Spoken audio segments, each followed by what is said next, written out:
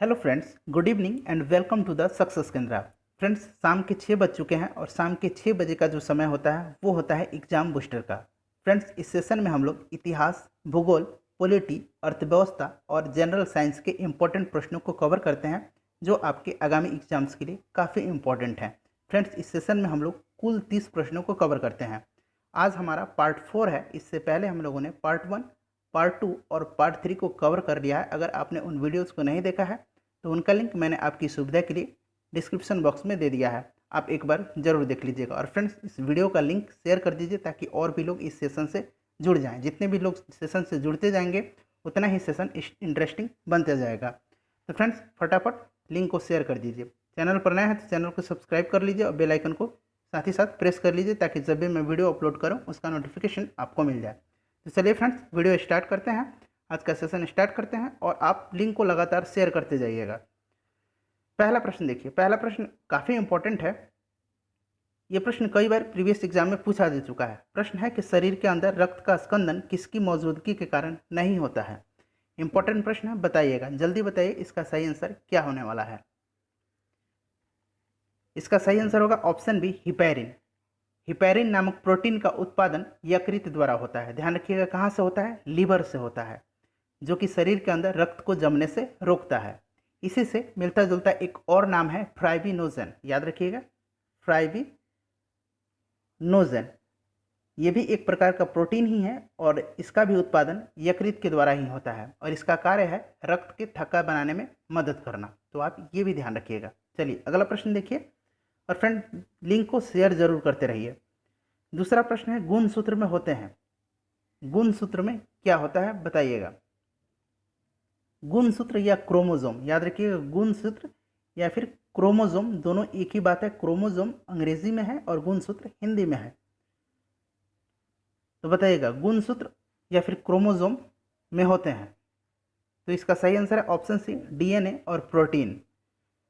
मानव कोशिका में गुणसूत्रों की संख्या कितनी होती है? 46 होती है या फिर कहिए 23 जोड़े होते हैं। ठीक है, ध्यान रखिएगा। नेक्स्ट क्वेश्चन देखिए। नेक्स्ट क्वेश्चन है, चंद्रगुप्त मौर्य ने किस जैन साधु से जैन धर्म की शिक्षा ली थी? बताइए इसका सही आंसर क्या होगा। इसका सही आंसर हो जाएगा ऑप्शन बी, भद्रबाहु से। भद्रबाहु से चंद्रगुप्त मौर्य ने जैन धर्म की दीक्षा ली थी और उपगुप्त से अशोक ने बौद्ध धर्म की दीक्षा ली थी। तो आप ये भी ध्यान रखिएगा, चंद्रगुप्त मौर्य जो था ये मौर्य वंश का संस्थापक था और इसकी मृत्यु जो हुई वो कहाँ हुई? कर्नाटक के श्रवणबेलगोला में। ये भी आप ध्यान रखिएगा। क्वेश्चन नंबर 4 देखिए। क्वेश्चन नंबर 4 है, wings of fire and autobiography किसकी है? इंपॉर्टेंट है, wings of fire and autobiography किसकी है? ये है एपीजे अब्दुल कलाम की। ऑप्शन बी इसका करेक्ट आंसर है। और फ्रेंड्स, वीडियो का आप पीडीएफ टेलीग्राम पे ज्वाइन कर सकते हैं। टेलीग्राम का लिंक मैंने डिस्क्रिप्शन में दे दिया है। नेक्स्ट क्वेश्चन देखिए। क्वेश्चन नंबर 5 है, महाविस्फोट सिद्धांत, जिसको अंग्रेजी में बिग बैंग थ्योरी कहा जाता है, इसका प्रतिपादन किसने किया था? बिग बैंग थ्योरी का प्रतिपादन किसने किया था? बताइए सही आंसर क्या होगा इसका। तो ध्यान से सुनिएगा, ब्रह्मांड की उत्पत्ति के संबंध में, ब्रह्मांड की उत्पत्ति के संबंध में महाविस्फोट सिद्धांत यानी बिग बैंग थ्योरी सर्वाधिक मान्य सिद्धांत है। और ये किसने इसको प्रतिपादित किया है? एब जॉर्ज लेमेंथियर ने।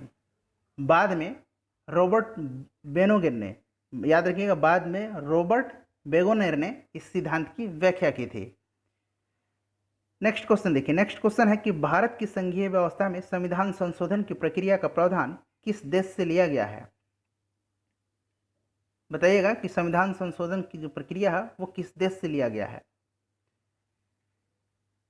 तो सही आंसर है इसका ऑप्शन डी, दक्षिण अफ्रीका से। थोड़ा सा संविधान संशोधन के बारे में जान लीजिए। संविधान के भाग 20 में, याद रखिएगा, संविधान के भाग 20 में अनुच्छेद 368, इसमें जो है संविधान संशोधन की प्रक्रिया का वर्णन किया गया है। नेक्स्ट क्वेश्चन देखिएगा। Question number 7। क्वेश्चन नंबर 7 है कि निम्नलिखित में से कौन सी ग्रंथि से सेक्स हार्मोन का स्रवण होता है? किस ग्रंथि से सेक्स हार्मोन स्रावित होती है? बताइएगा। इंपॉर्टेंट है, इसका सही आंसर हो जाएगा ऑप्शन ए, एड्रिनल ग्रंथि। यह अधिवक्र ग्रंथि से स्रावित होता है। एड्रिनल ग्रंथि जो है कहाँ से है, अधिवक्र ग्रंथि से स्रावित होता है और यह हार्मोन रोंगटे खड़े करने में भी प्रेरित करता है। जो शरीर के रोंगटे हैं, बाल हैं, ये जो खड़े होते हैं ये एड्रिनल ग्रंथि से स्रावित होने वाले हार्मोन के कारण ही होते हैं। ठीक है, इस हार्मोन को लड़ो और उड़ो हार्मोन कहा जाता है। नेक्स्ट देखिएगा, क्वेश्चन नंबर 8 है, किसी मनुष्य का पृथ्वी पर भार कितना है, 600 न्यूटन है, तब चंद्रमा पर उसका भार कितना होगा, बताइएगा।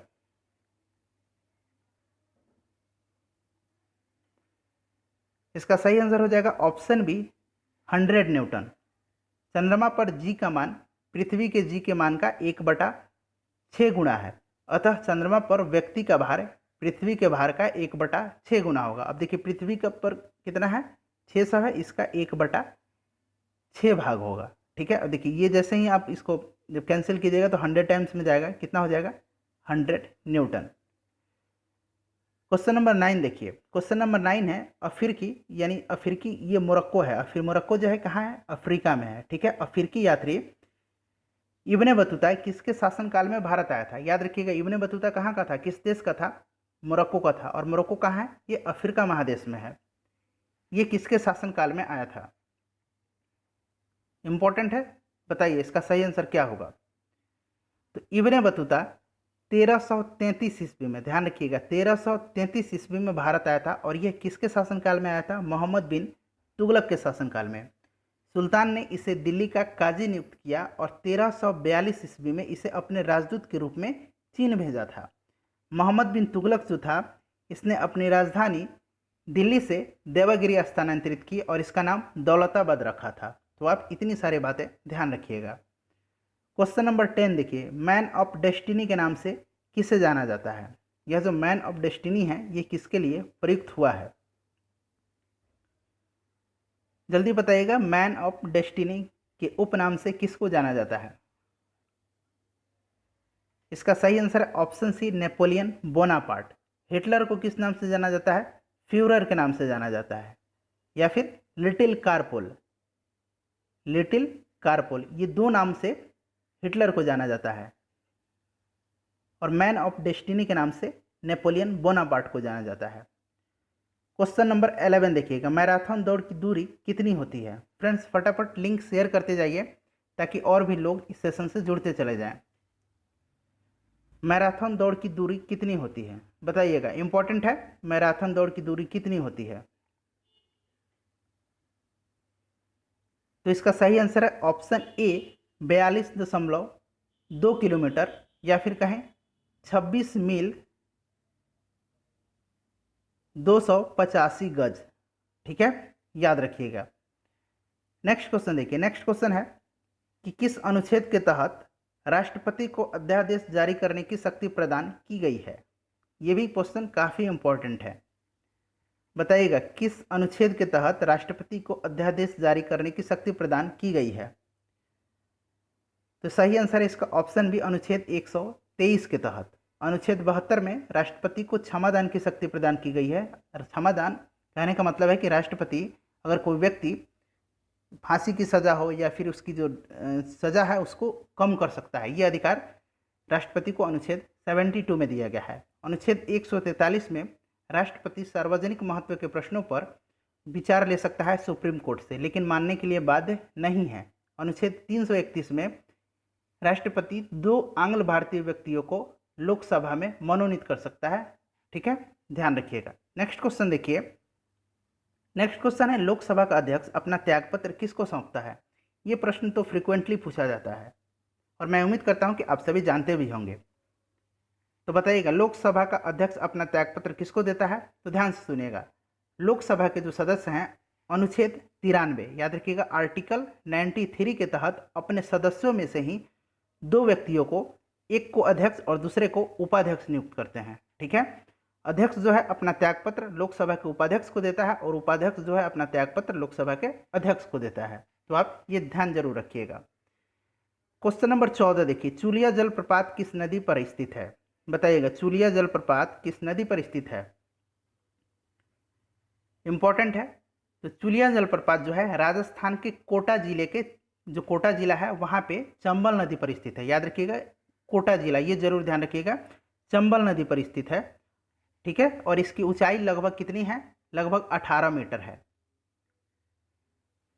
क्वेश्चन नंबर 15 देखिए, 15 क्वेश्चन नंबर है कि विश्व जनसंख्या दिवस, वर्ल्ड पॉपुलेशन डे प्रतिवर्ष किस तिथि को मनाया जाता है? वर्ल्ड पॉपुलेशन डे, विश्व जनसंख्या दिवस प्रतिवर्ष किस तिथि को मनाया जाता है? जल्दी बताइएगा। इसका सही आंसर हो जाएगा ऑप्शन डी, 11 जुलाई को। 22 मार्च को विश्व जल दिवस मनाया जाता है। 22 अप्रैल को विश्व पृथ्वी दिवस मनाया जाता है। तो ये भी आप ध्यान रखिएगा। नेक्स्ट क्वेश्चन देखिए, क्वेश्चन नंबर 16 है, दो अक्षांश, जिसको अंग्रेजी में अक्षांश को क्या कहा जाता है? लैटिट्यूड कहा जाता है, रेखाओं के मध्य की दूरी कितनी होती है? बताइएगा, कितनी, दो लैटिट्यूड के मध्य की दूरी कितनी होती है?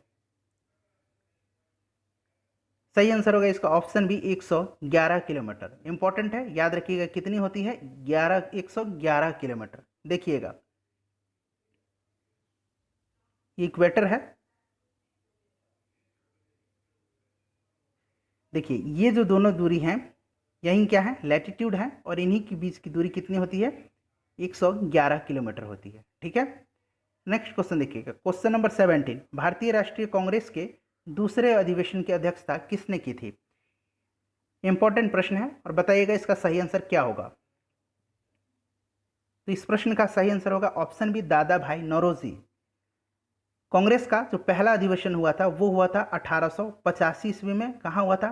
बम्बई में हुआ था। ठीक है, बम्बई में हुआ था, और इसके अध्यक्ष थे WC बनर्जी।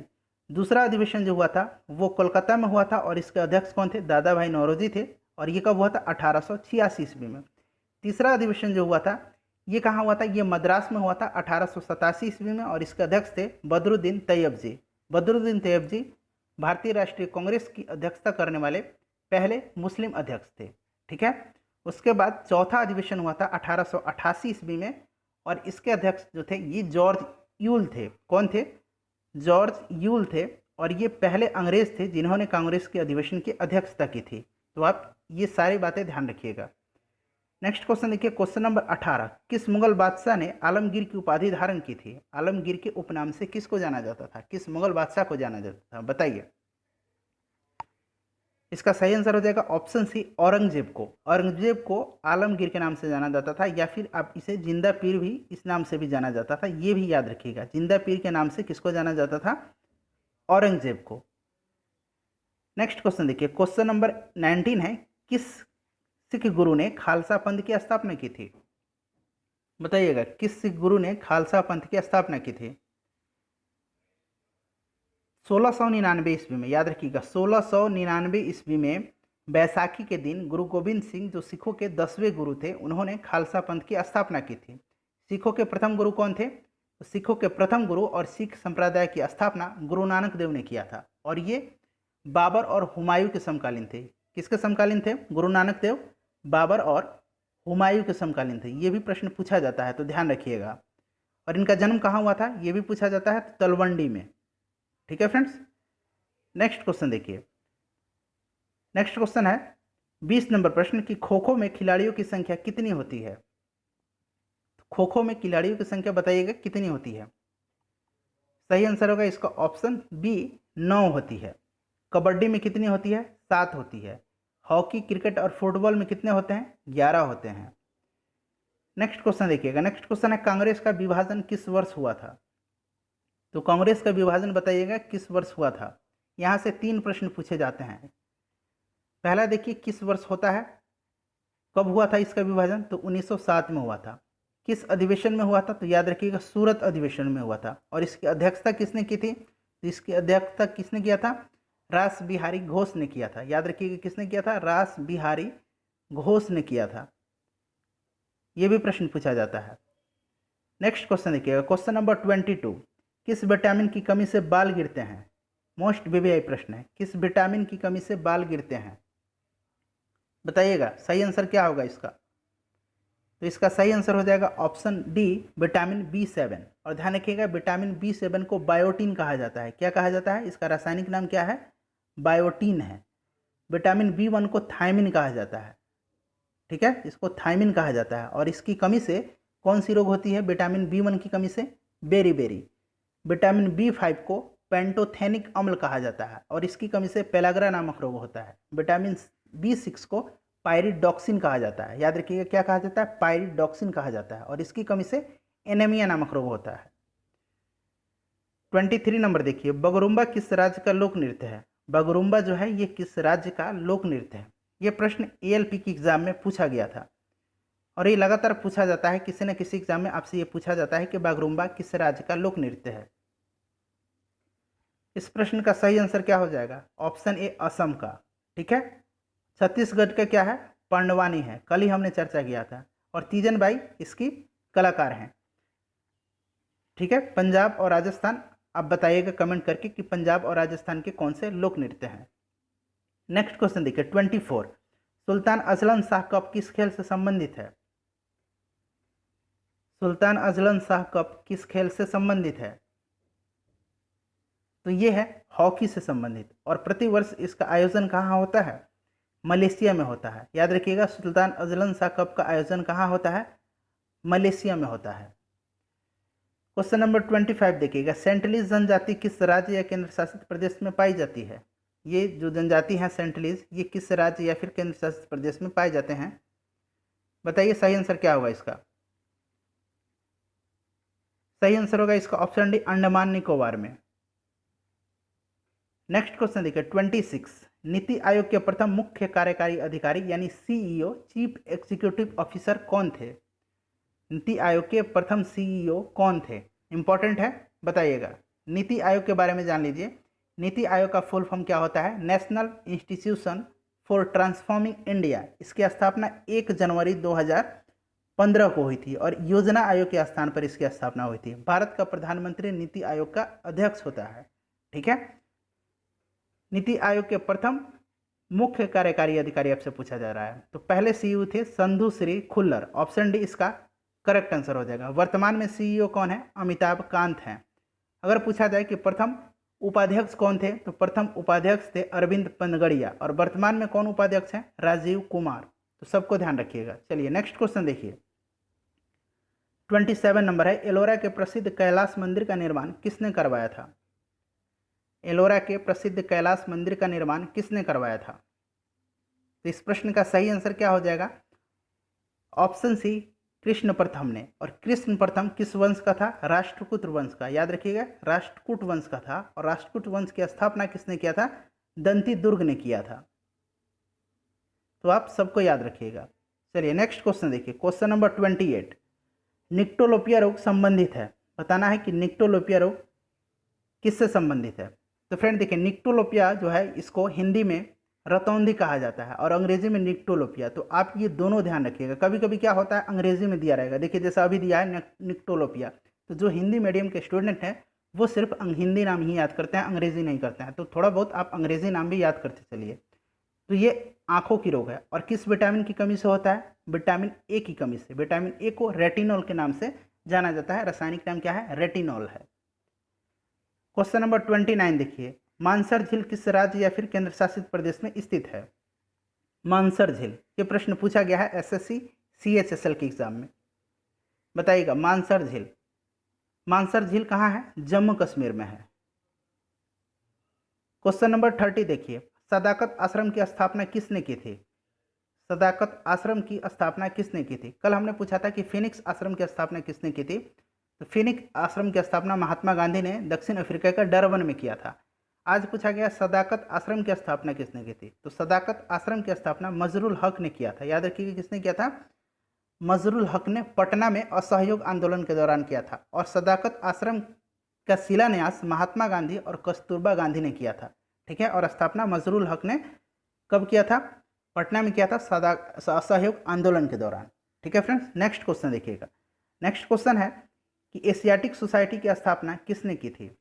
इस प्रश्न का आंसर आप कमेंट बॉक्स में देकर बताइएगा। और फ्रेंड्स मुझे उम्मीद है कि सेशन आपको पसंद आई है।